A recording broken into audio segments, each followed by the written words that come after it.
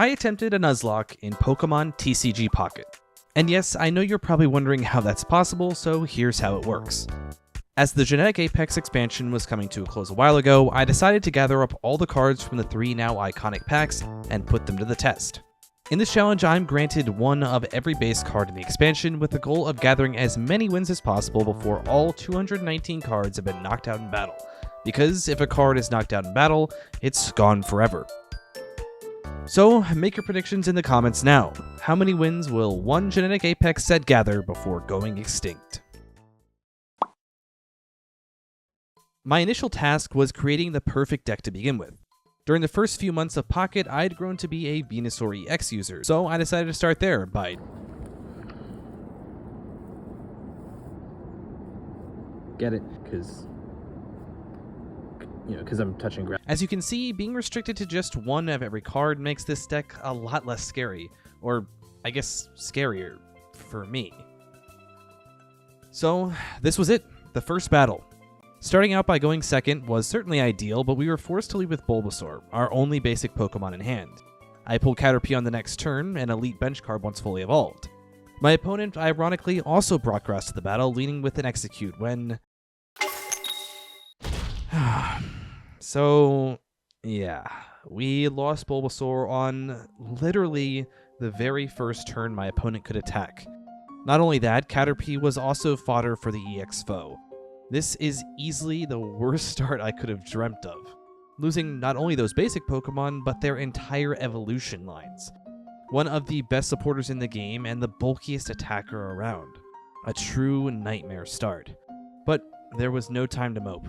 We trudged forward, already significantly weaker than we began. Another match, and another loss. The Beedrill line, Scyther, and Ditto were the casualties. 12 cards down at a rapid pace. Against our third opponent, though, the luck started to shift a little. We led with Execute, and on my first turn, I pulled Executor EX. Their very first move on the next turn, they claim our first point of the challenge. The enemy would then force them out with Drive Off, putting Pinsir in the active slot. That's my GOAT! I firmly believe that Pinsir is one of the most underrated cards in the game for that reason, landing a massive 100 damage with 2 flips of the coin. Not only did they knock out Dugtrio, but also forced a concede, claiming our first victory and the MVP to boot. We led with Pinsir the following match, but Articuno is one of the worst matchups for us. They quickly took out our reigning MVP, the old Amber card, and Paris in a quick 3-0 loss. Next we had, surprisingly, our first match going first. At this point, our grass deck was hurting, but we still had fight left in this type. We were faced with a Lickitung, which is actually a really scary card for this challenge, and that's why. Killing Bellsprout with their first attack, landing 120 damage. I swapped in Venomoth and landed Poison Powder, which is a 2-shot in this scenario. They missed the first slip on Continuous Lick, allowing the Moth to take out Lickitung, but another one was brewing on the bench. After a couple of blows, I swapped into Kangaskhan, seeing a potential KO. Countering my swap, the opponent switched into Kabutops, hitting my card with a weakness. With the fighting card's large amount of health and healing, I decided to swap back into Venomoth for poison chip damage, but the combination of Kabutops' leech life and Butterfree's 20 healing every turn, things weren't looking good at all. Until one of our final cards was Vileplume, providing a glimmer of hope with sleep. Well, with the amount of health Vileplume carries, we had one more shot. But interestingly, our foe swapped in his Lickitung while also evolving his Greninja, allowing for 20 extra damage each turn. They once again missed the first flip, allowing for a KO from Vile. Their Kabutops once again healed back out of kill range, while we healed with an Erica and a potion. And sleep did not stick. But after all that, 26 turns, my opponent conceded. Maybe not seeing a path to victory at this point. But nonetheless, what a battle, and our second win so far. Our next match was against an intriguing Water Dark deck. It ended poorly for me though, as we lost Tangela and Kangaskhan. I also lost Whimsicott, not realizing their Greninja was within kill range. I had planned to swap into Vileplume that round. Bummer. The next one went even worse. The opponent was able to evolve into Starmie EX immediately and knocked out Oddish in a 1-0 loss. Even with that unfortunate demise, Vileplume really surprised me. I just really never used that line before, and I think that's the beauty of this challenge. I'm going to be playing with every single card in the game, including many of which I'd never even considered prior. Next up is honestly one of my favorite battles in the entire challenge. It started with Petalil in the active spot, and we'd see our first Mewtwo EX of the run. Lilligant was immediately pulled, which was some good fortune for us, and after just one turn, we were also able to load up the bench with Skiddo, Execute, and Frookie, a new addition to the team who could find themselves as a benchmon for a long time. Our hand also held the next evolution of those last two cards, so we were in a solid spot. The foe decided to build on Mewtwo EX, no shock there as we evolved 3 different mons on our next turn. Lilligant would follow through with the KO of Slowpoke on the following move, leaving Mewtwo EX as the op. Knowing the punch that Mewtwo would be packing the next turn, it was clear that Lilligant had to be sacrificed, but I did heal with Erica to ensure they'd have to use their top attack and drop 2 energy, which would open the door for Executor EX. My plan was thwarted, however, when they used a Sabrina to force an A swap, and I chose Skiddo, a mon still over 50 health. And they actually decided to leave them alive and continue to stack up energy. I immediately retreated back into Lilligant using the same logic as before. They saw a potential loss with Executor's possible 80 damage on the bench, so in came Abra. And then their Hypno hit sleep, and we were unable to wake up. 2 turns in a row. Throughout those failed attempts to wake, Abra became Kadabra and finally Alakazam before landing an easy KO on Lilligant. We had finally gotten to Greninja on the bench, so I started going after the weak Mewtwo EX, hoping for the final 2 points required for the win. I decided to swap into Greninja in order to slow down his Kadabra, who hits heavier when cards have a higher level of energy attached. Unfortunately, the opponent pulled a potion on the next turn and got Mewtwo back up to 50. We'd need to somehow survive 3 more turns to make this win happen. We finally pulled Go-Goat, and somehow I forgot to use Water Suriken. That is a match-losing mistake. But I'm not allowed to concede, that's part of the rules I set for myself. I had to decide which Pokemon to lose after Go-Goat, and Executor EX was really the only option. Greninja had so many more uses in the future. I went ahead and scored another point by comboing Alakazam, but we all know Mewtwo EX decks run multiple Giovannis. They failed the Hypnosis, but they don't use a Giovanni. I don't know if they had one or simply made a massive mistake just like I did earlier, but with that news, we were within kill range on the Mewtwo EX, and we take the 4-2 win. A truly unbelievable match, and that really taught me how strategic I can be with swaps and taking advantage of bulky health options. I never would have expected to swap Greninja in while they're unable to attack, but that decision ultimately won me the match. With just a handful of grass types remaining, Hypno and Dubwool joined the deck. After a quick poisoning of Caterpie led to our first point, a lucky coin flip quickly ended a 2-0 win for our second straight success. Our next opponent led with the new Mew EX, the first we'd seen. Luckily for us, Venomoth yet again brought in an early poison. We urgently swapped into Execute to go for higher damage, and eventually we were able to take out the Mew before Gardevoir would become the active Pokemon. A swap back into Venomoth and another poisoning, and things were looking great for us. And, well, I wish that's where this battle ended. Yep, a Crown Gold Mewtwo EX graced the battlefield and was swapped right in. Executor was on their last leg, but Sleep Pendulum gave us a glimmer of hope. The Mewtwo would stay asleep, buying us more time. We hit our next coin flip, bringing the foe down to 60 health, but they would also hit their coin flip, a death sentence for Executor.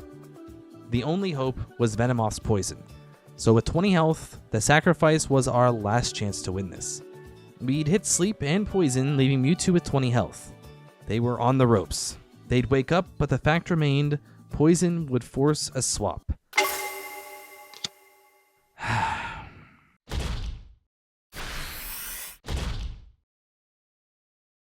So, after 10 matches, Grass had finally been wiped out, finishing with a 4-6 record. Next up, Fire! Burn them. Fire! Done them. They are done. Moltres EX is the perfect lead, but Mewtwo EX struck again. We just didn't get the cards we needed, quickly losing Moltres and Ponyta. And the bad news doesn't stop. Unfortunately, there was a recording issue that happened right around Fire's time in the challenge. Overall, 8 matches are missing, and you're watching one of the matches in the middle that didn't end up getting completely corrupted. This is sadly the only other Fire match that partially survived. But hey, at least it was a win, and you probably wouldn't have believed me that Heatmore got an MVP if you didn't see it yourself. In total, unfortunately, as we don't have any more matches to see, I'll just let you know that Fire won 3 matches out of 8. And after losing Fire, I decided to give Dragon a shot. The type only includes the Dragonite line, but I figured why not go for it now while I still have all the water and electric types at my disposal. We did lose 2 battles of Dragon in the Corruption era, going 1-1 in those matches, but luckily the entire Dragonite line survived that singular loss. This match here is the conclusion of the 3rd for the type, and I promise this is the absolute last match that was affected by recording problems. And honestly, this is where things started to get good. Really good.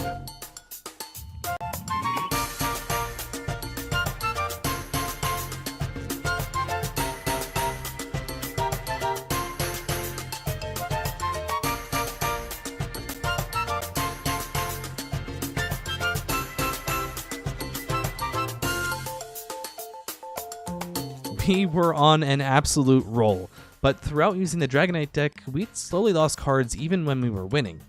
I realized that electric types were running low, so I shifted gears.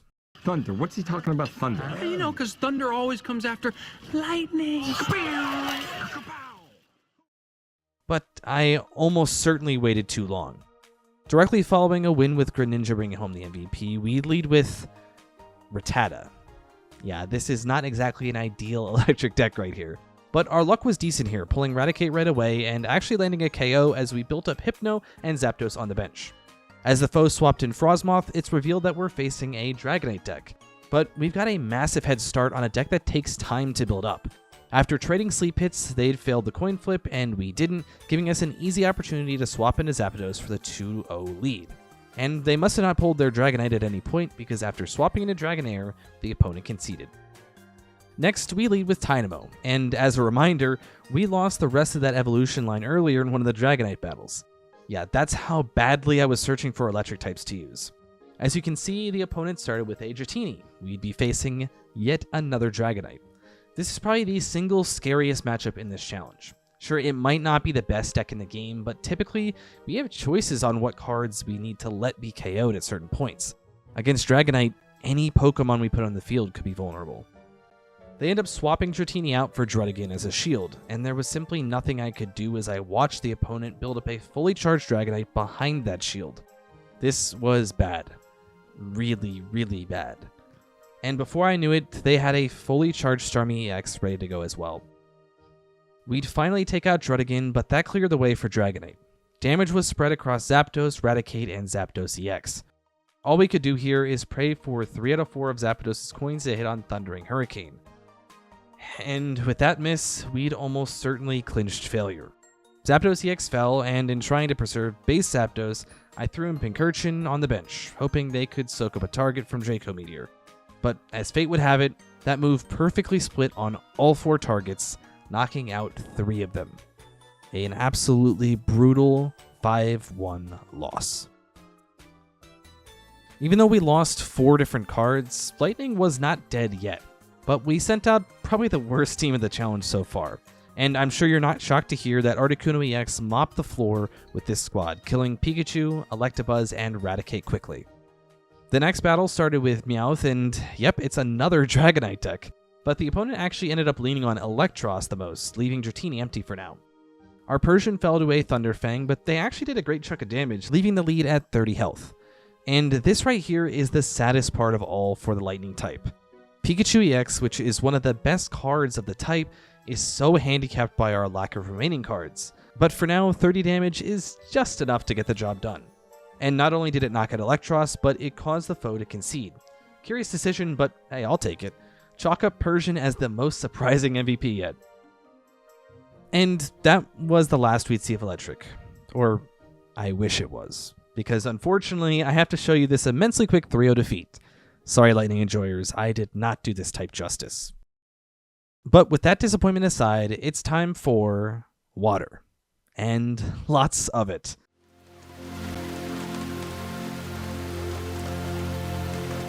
Poor Poliwhirl was an early casualty, but everything else here was picture perfect. Starmie EX flexed its muscles, knocking out Pinsir and Ivysaur before the opponent rage quit. Froakie was our only option to lead the next match, getting a lucky draw against Fire. After trading hits, I used a potion, assuming the opponent would send in Heatmor. It was a risky gamble that they wouldn't have a Giovanni, but I simply couldn't pass up that KO on Growlithe. Luckily, I was right, leaving Froakie on a shred of health. Luck had been on our side, allowing Starmie EX to be in our cards right away. And that spelled doom for the other side yet again. back-to-back MVPs for Starmie, and nothing could break our Yeah, let's just move on. You probably didn't realize, but I had reinstated Dragonite into this deck, hence the electric energy still being used, but it was at this point I decided to ditch that attempt and go with a full-on water deck for the first time. Articuno EX, Gyarados, and Cloyster were among the new additions, and it started with Snom. Already having Frostmoth in my hand gave me a massive head start of the opponent's fighting cards. Diglett would go down quickly to Powder Snow. Their Sabrina was a waste as I simply used an X-Speed to get Frostmoth right back in the front. They retreated their Clobbopus into Marowak, who put Frostmoth within kill range. Looking at my bench options, there weren't any, simply. I had to gamble that Marowak would stay asleep from Powder Snow, but I was not so fortunate. However, I'd used a potion to give us one more shot. That was before another Sabrina. Another swap into Frostmoth led to yet another sleep cancelled right away. Now down to 10 health, I simply could not sack our lead here. So I brought in Pyukumuku for the KO on Marowak, and they were a much easier sacrifice to swallow.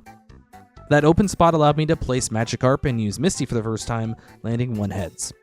Frostmoth was hanging by a thread, but sleep was really our only hope here.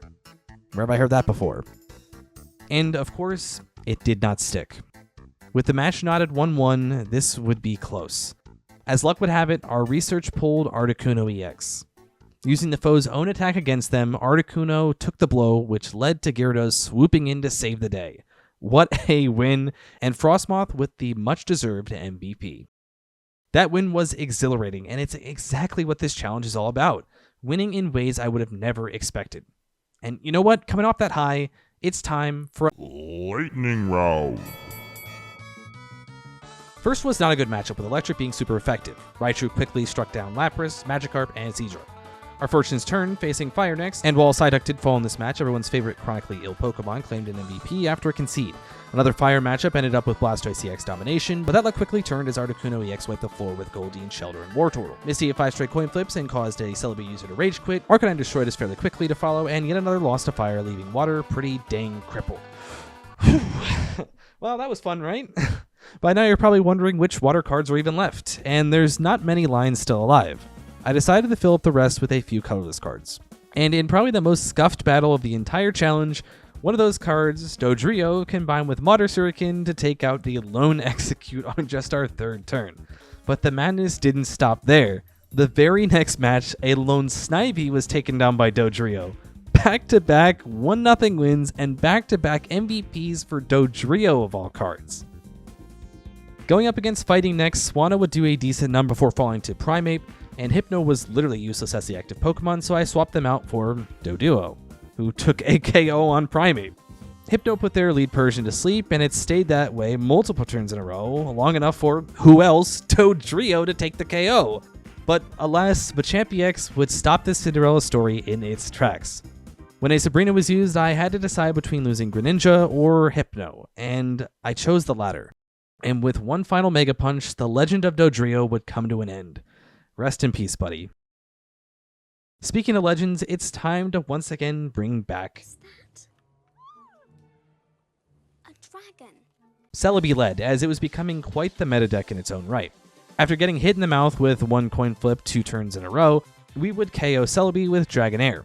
As the foe sent in Venusaur EX and mobbed the bench with another Celebi and Snivy, we'd finally gotten to Dragonite. A spread of damage on the opponent's bench with Draco Meteor meant it was only a matter of time. One more hit would KO another Celebi and 1 Snivy, a dominant 5-0 win in our return to Dragonite. And don't look now, but with that momentum, we were getting in a groove. A Dragon v Dragon battle ended in a fun manner, with Greninja knocking out a weak Shelter on the bench. The Greninja hype didn't stop there, as the Frog knocked out an Arcanine and Moltres EX the next battle to sweep a Fire team. Celebi and Superior put up a fight, taking down Fearow, but back-to-back Draco Meteors garnered yet another 5 points. Dragon was on an absolute roll, and I decided to pull out what I believe to be the best colorless card line in the game, Wigglytuff EX. I was going all out here to get as many wins as possible before losing Dragonite. This fighting opponent unfortunately had Hitmonlee up front, killing Pidgey, but that waste of time hitting the bench allowed for Dragonite to be built up front, claiming 2 KOs on their first attack, and that got the opponent to concede. We ended up pulling only one basic card the entire next match, but luckily, that was Jigglypuff. And on its first attack as Wigglytuff, it put Celebi to sleep and killed it on the next turn. Yet another concede. The next match, we led with Lickitung, but the foe was able to build up a Gyarados EX before we could do the same with Dragonite. A Leaf allowed for a quick swap and kill on Lickitung. Hoping for a Dragonite pull, I put in the middle stage. No dice. My last chance was to stall and hope to pull Dragonite. I swapped into Snorlax, but a Sabrina forced a very tough decision. Would Dragonite come out next, or do I concede that line? The best we've seen in the entire challenge. I felt all I could do was prep for the future of this challenge, saving Greninja for use in other decks. And with that, Dragonite had finally gone down, ending a truly amazing run of 6 consecutive wins and 12 Dragon deck wins overall. But there was no time for mourning. It was time for Psych. Psych? As in gotcha. Or as in psychic. Our first Psychic match, however, was nothing short of bizarre.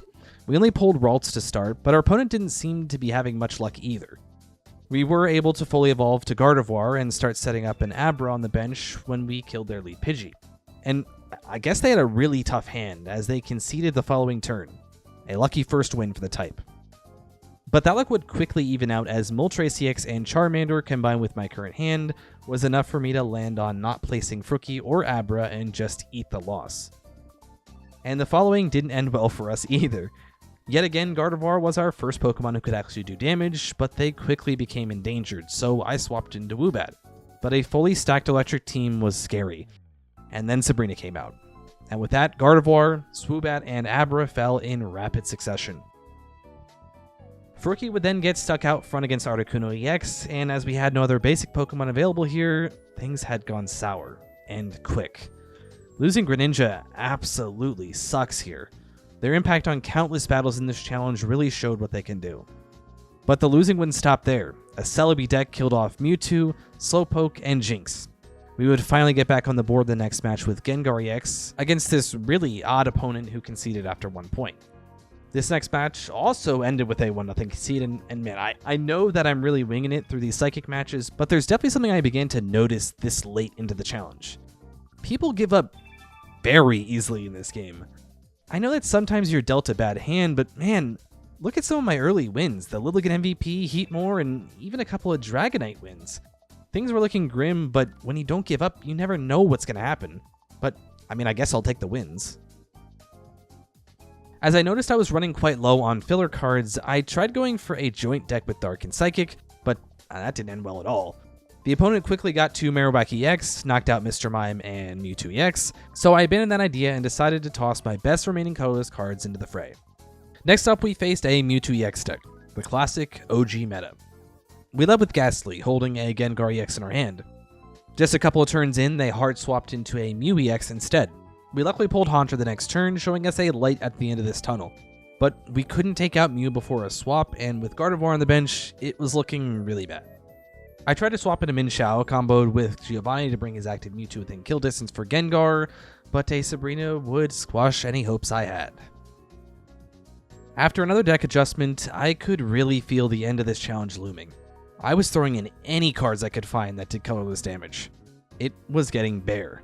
But I'll tell you right now, this next battle, it might be my absolute favorite of the entire Nuzlocke. This is where the challenge really shines. Backs against the wall, strategies at the forefront, and going into battles as massive underdogs. If you recall from the beginning of this challenge, I personally used a Venusaur EX deck throughout the life of Genetic Apex, and here it was staring me in the face yet again. A hodgepodge of Psychic, Dark, and Colorless would be my ammunition. Luckily, I pulled Wigglytuff EX early on, and the opponent did the same with their ace. So, goodbye Chansey, and everyone please cross your fingers for good luck with sleep. And that's a good start. They do hit the next chance, meaning that they'd hit Wigglytuff hard and jump out of kill range with the heal. Knowing that sleep was quite literally my only option, it was big brain time.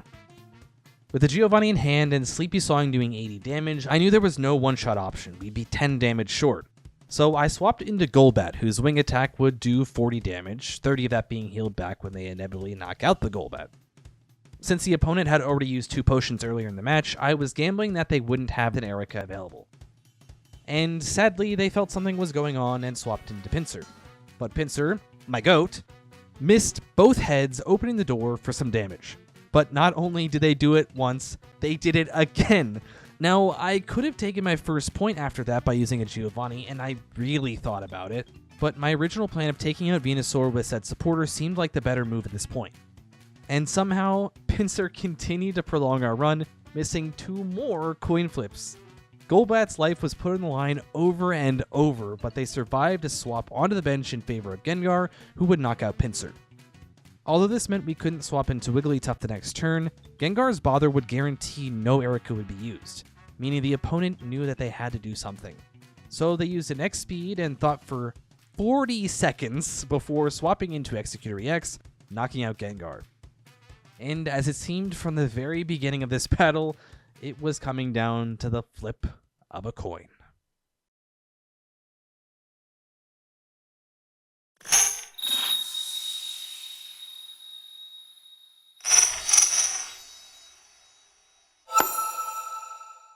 Whew. What a win. That battle encapsulates the entire challenge. Swaps I would have never made in normal battles turned out to be perfect decisions, and of course we needed a lot of luck along the way. With the loss of Gengar, while very worth it for the win, that marked the end of Psychic. Now, I've been going in type order pretty much this whole challenge, but with colorless cards dwindling, I had to build a Metal deck. With only 5 total cards, Metal is by far the energy type with the least cards, but it does have one of the heaviest hitters in the entire set, Melmetal. Obviously, they're our main focal point if I'm lucky enough to get there. But leading with Jigglypuff and Wigglytuff in hand, this actually looked very winnable right away. But we'd be facing a Dragonite deck. The MVP of this challenge could easily wipe out the entirety of Metal if we got unlucky here. But on the very first turn, I was able to pull Melmetal. If we had any chance of beating Dragonite, this is the setup we needed. After just a turn, we'd both swap out our leading Mon in favor of Meltan and Pidgeotto, respectively. After taking a light gust from the bird, we return a KO with heavy impact. Druddigon really didn't scare me at all with the HP I still had remaining on Melmetal, so I went straight for the kill there too. And after failing to pull Dragonite, our opponent would concede. A Metal W in the books, and no cards lost. Not bad. But I hate to spoil the fun, the winning nature didn't last very long at all.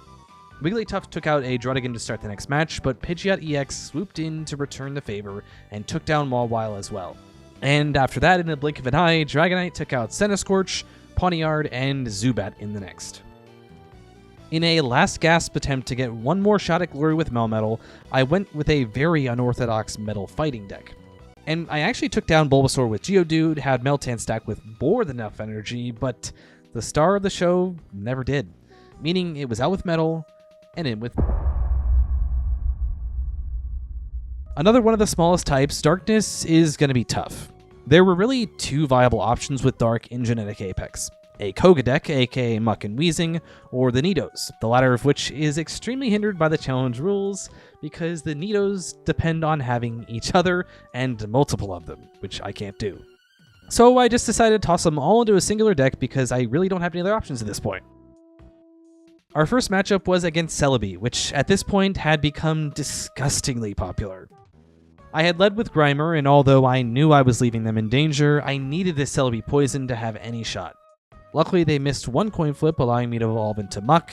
1 more set of lucky coin flips would open the door for an immediate concede. Shocker, but a nice win to start out the type. However, Celebi would immediately get their revenge with a quick 3-0 the following match. And our final Darkness match was also a 3-0 at the hands of our old pal Wigglytuff EX. What, did you expect this team to win? So, after all this, 1 type remains. Ready? Fight! I wanted to give myself a fighting chance. Thank you, yes. I'll be early. I wanted to give myself the best chance to win matches late into this Nuzlocke, and with the options at the bottom of the decks, fighting type seemed like the best bet. So I simply tossed in Marowak and a few other top tier fighters in this final chance to buff our stats. Our first match was against a grass deck, and I was leading with Mankey. The evolution here into Primate allowed for a KO on Scyther before Executor EX returned the favor. Hitmonlee took out their bench Bulbasaur, but the lead EX was simply too strong for the cards we pulled, resulting in a 3-2 loss.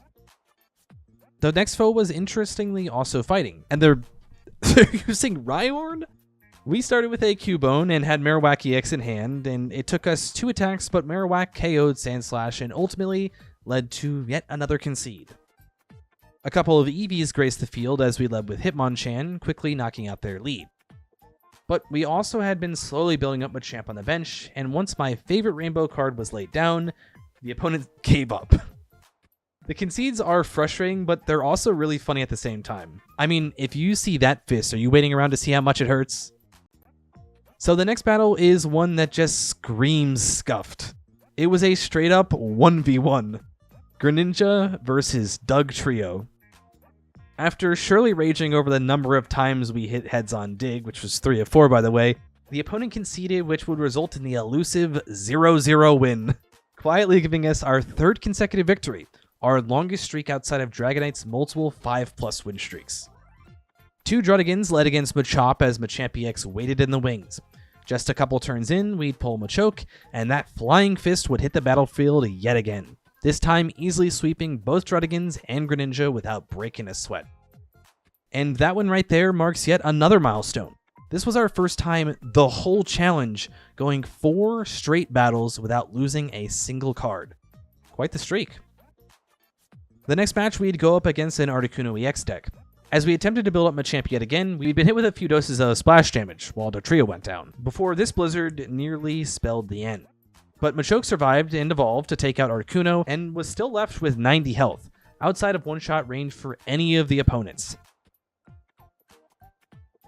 Never mind. If that Starmie EX doesn't get pulled in that exact spot, the streak would stay alive, but instead, we lose one of the strongest cards in the game. And you know it's getting bad when Rhyhorn is in my deck, and it would only get worse from there. The classic 3-0 loss as we failed to get anything going. As you can see, there weren't many options left.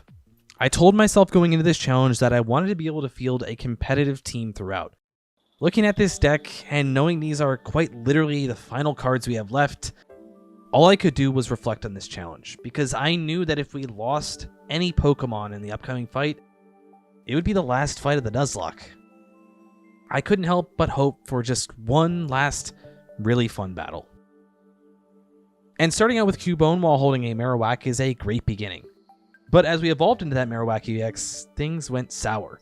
Missing our first 6 coin flips against Farfetch as EX Slayer Tauros watched on. Somehow the opponent was the first one to draw blood here, and we'd follow by finally landing our first heads and KOing Farfetch'd. But I was a bit short-sighted due to the frustration of those missed coin flips. I had left Marowak within kill range for Tauros while I had a potion in my hand. Ouch. But Clobbopus was still alive on the bench, and was not an EX, so they survived a hit from Tauros before evolving into Graplocked, promptly knocking them out, tying it at 2. But their Pidgeot had been patiently sitting in the background just waiting for the moment they'd be able to break my heart. A glimpse of true poetry as the good-for-nothing, worst card in the entirety of Genetic Apex was stuck in the active spot, forcing me to sit back and accept that this Nuzlocke was officially over. Well, that was quite the journey, wasn't it? Honestly, this challenge went about as good as I could have hoped considering the unorthodox nature of it all. But enough stalling. Let's get into some stats. First off, you all know I was able to claim 39 victories in this challenge, which honestly is a bit more than I expected. What's even more surprising is that we accomplished that in just 77 matches, meaning, yeah, we somehow ended up over 500, even if it was just by one singular win. To nobody's shock, Dragon was the winningest type, going on a truly generational run. 15 total matches equaling 12 wins for the type, over 30% of our wins. Unreal. Now, I'm sure some will mention that Dragon doesn't count since it doesn't have its own energy type, in which case, Water would be the next most successful type, winning 8 out of the 14 battles, and that win total doubled the next 3 types that tied for third. Grass, who went 4 and 6, Psychic, who also went 4 and 6, and finally Fighting, which ended right at 500, 4 and 4. Fire ended up winning 3 out of 8, Lightning went 2 and 3, Darkness won once out of just 3 battles, and finally Metal had the worst winning percentage, going 1 and 3 overall. Now, given that Dragon type had a ridiculous amount of our total wins, of course we all know who the MVP of the challenge was. Say it with me. Dragonite won the most MVP awards with an astounding 7, and you'll see why that's such a crazy number when you see the rest of them. Because Dragonite was the only card in the entire Nuzlocke to claim even 3 MVPs. 5 cards tied for second with 2 MVP awards, and one of those cards is Dragonair. Not to mention Dodrio is also on that list. Others tied at 2 were Starmie EX, Wigglytuff EX, and Greninja, who set the record for most battles participated. And here's a list of all of the other MVPs who earned 1. Also, I kept track of our total points, and the same for our opponents. Now, they had quite an inherent advantage since they could concede and did quite often, while I could not concede at all. Considering that fact, a 91 to 108 deficit is better than I actually thought it would be. And finally, I was curious how often I would be going first, because I'm sure most players feel like they go first a majority of the time. Well, removing the 8 matches I can't verify due to the recording corruption, I went first 39 times compared to just 30 times going second. But the crazy thing is, I went first 19 of the last 26 battles of the challenge, including 7 straight battles during Psychic's run. Sorry, Mewtwo and Gardevoir enjoyers. Someone had it out for you. So, there it is.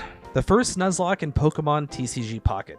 Honestly, I feel like this is the most fun I might have ever had in this game. But please, please, please tell me what you think of this challenge in the comments. This was a completely original idea I had, and I'd love to hear your feedback on the rule set and how it all played out. Also, let me know if you'd like to see more TCG Nuzlockes. Hey, who knows, maybe Mythical Island could take a crack at it next? But for now, that's it. This is Hershey, signing off. Thanks for watching.